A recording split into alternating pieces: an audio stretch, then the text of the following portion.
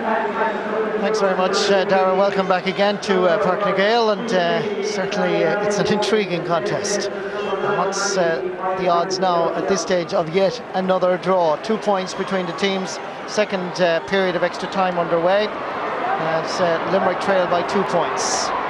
Mike O'Brien pulling on the ball again, not once but twice. Burke is in there. He was the man who scored a point for Tipperary. There's going to be a throw ball here on the part of the referee, as he decided to halt proceedings in case it got out of control. And indeed, in fairness, these two games have been played in a very, very sporting fashion. Here's Brian Geary going forward from centre half back. Hits it onto his left. Is it over? Is it wide? It is over! It's his third point and his first from play.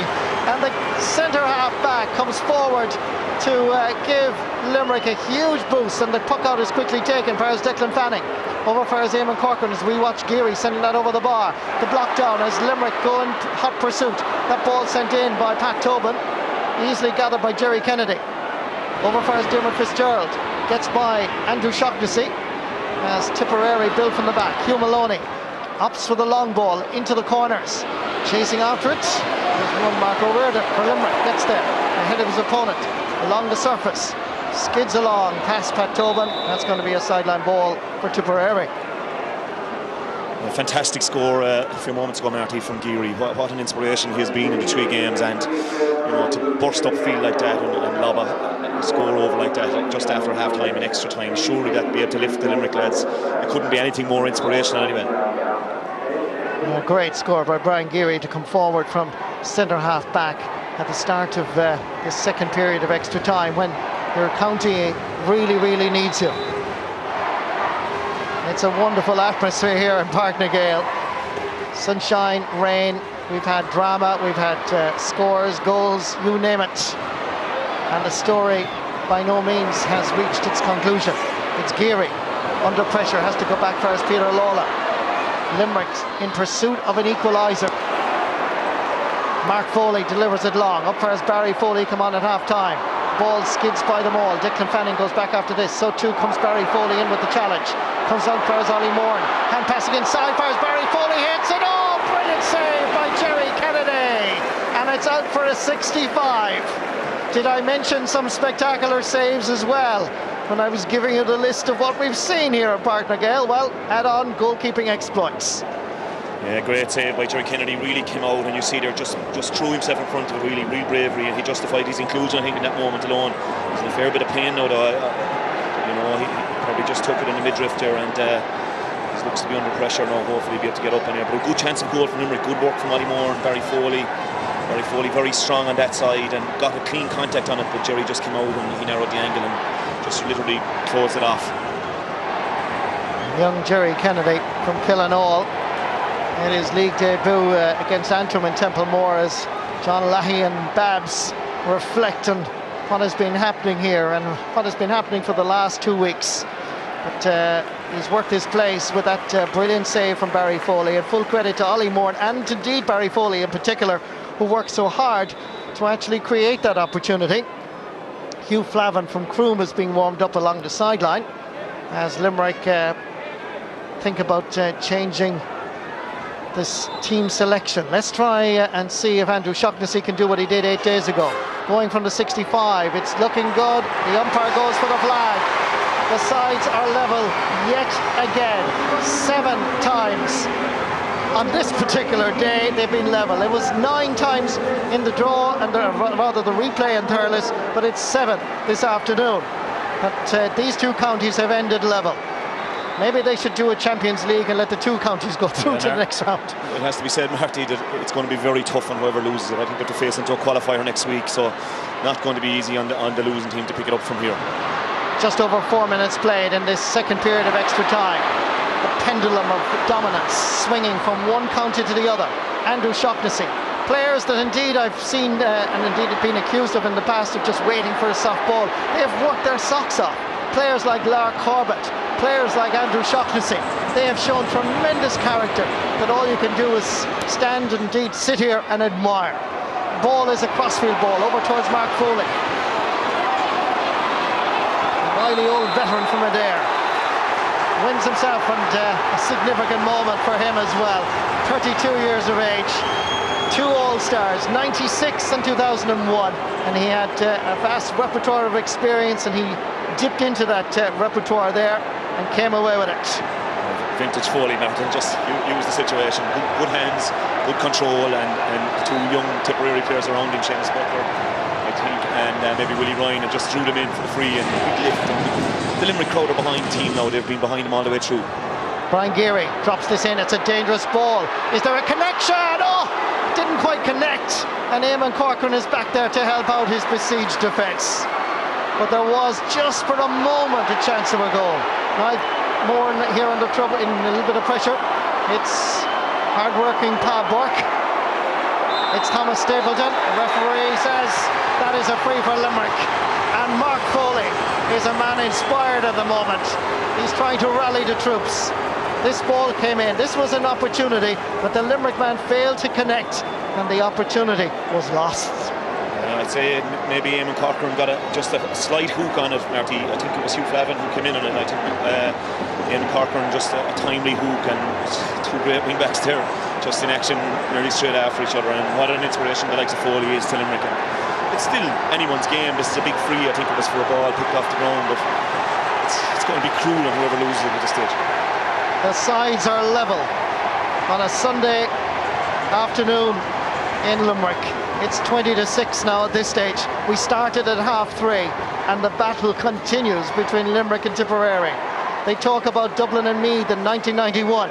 We have 6.5 minutes over that now, played in the second period of extra time. And Limerick and Andrew Shaughnessy goes for a 1-point lead again. About 55-60 metres in. Hits it. It's looking good. The sliotar goes straight between the posts, and Limerick are back in front.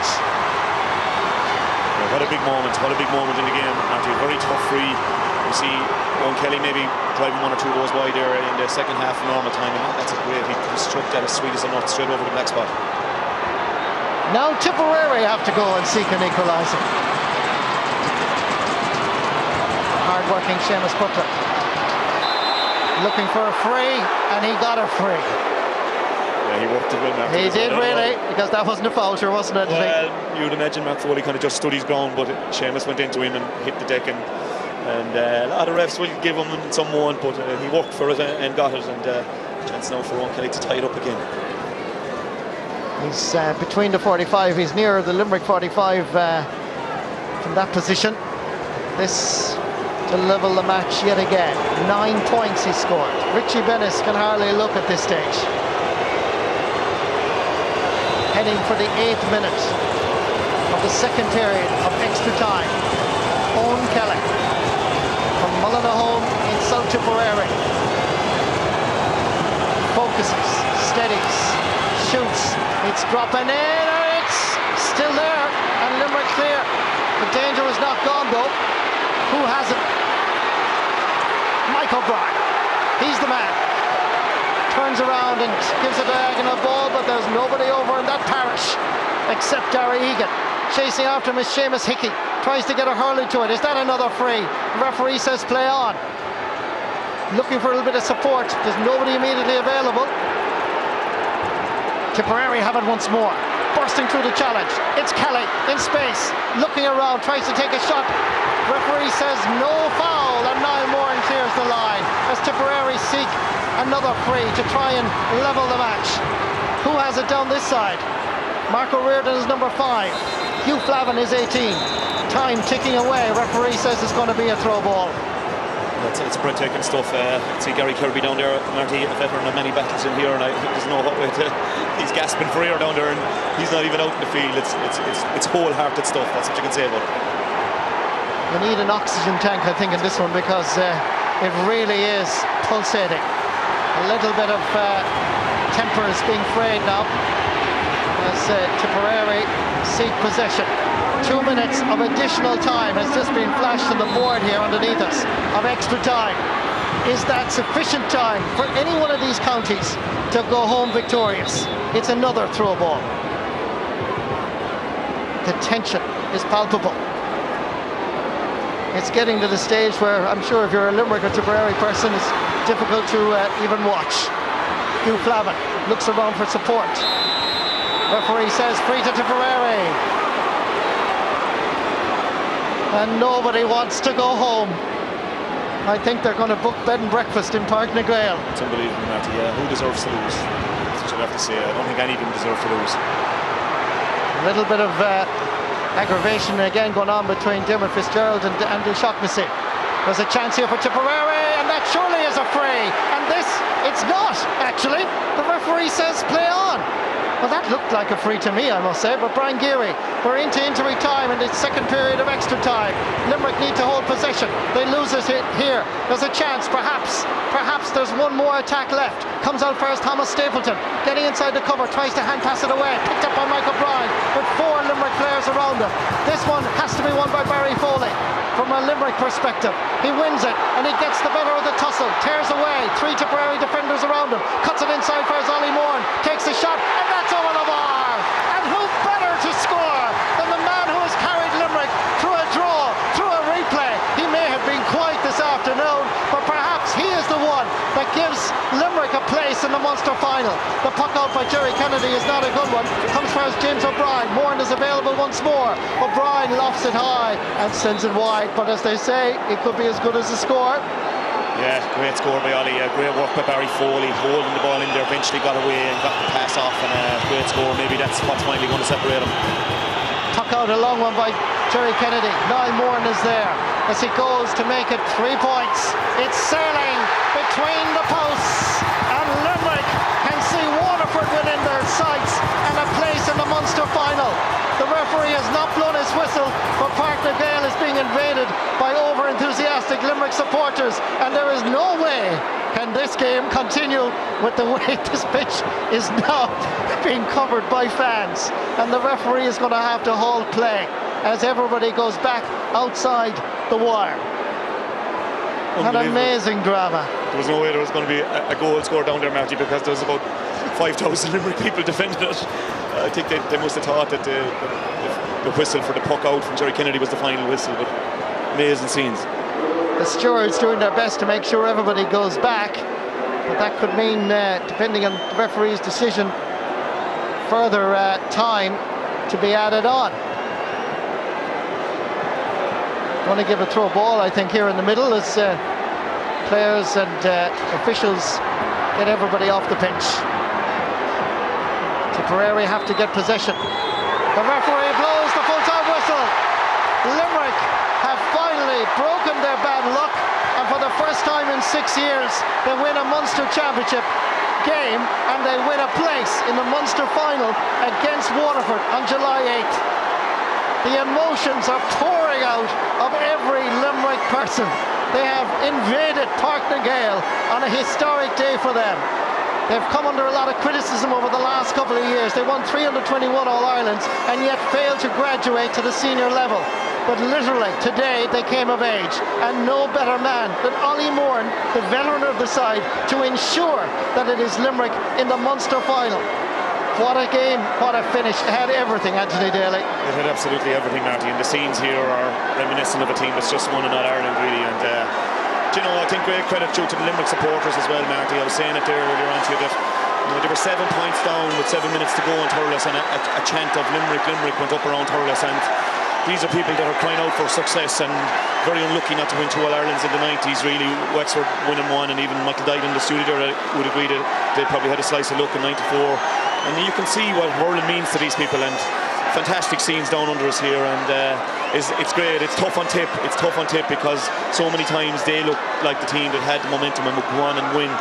But you don't begrudge Limerick either, and the supporters nearly willed them on to win it. Well, what a day. Here in Limerick, they love their rugby, they love their soccer, but by gosh, do Limerick people love their hurling. It is like an All-Ireland they have just won instead of the semi-final of the Munster Championship. There is no cup yet, lads, but I can tell you there'll be certainly celebrations all over County Limerick.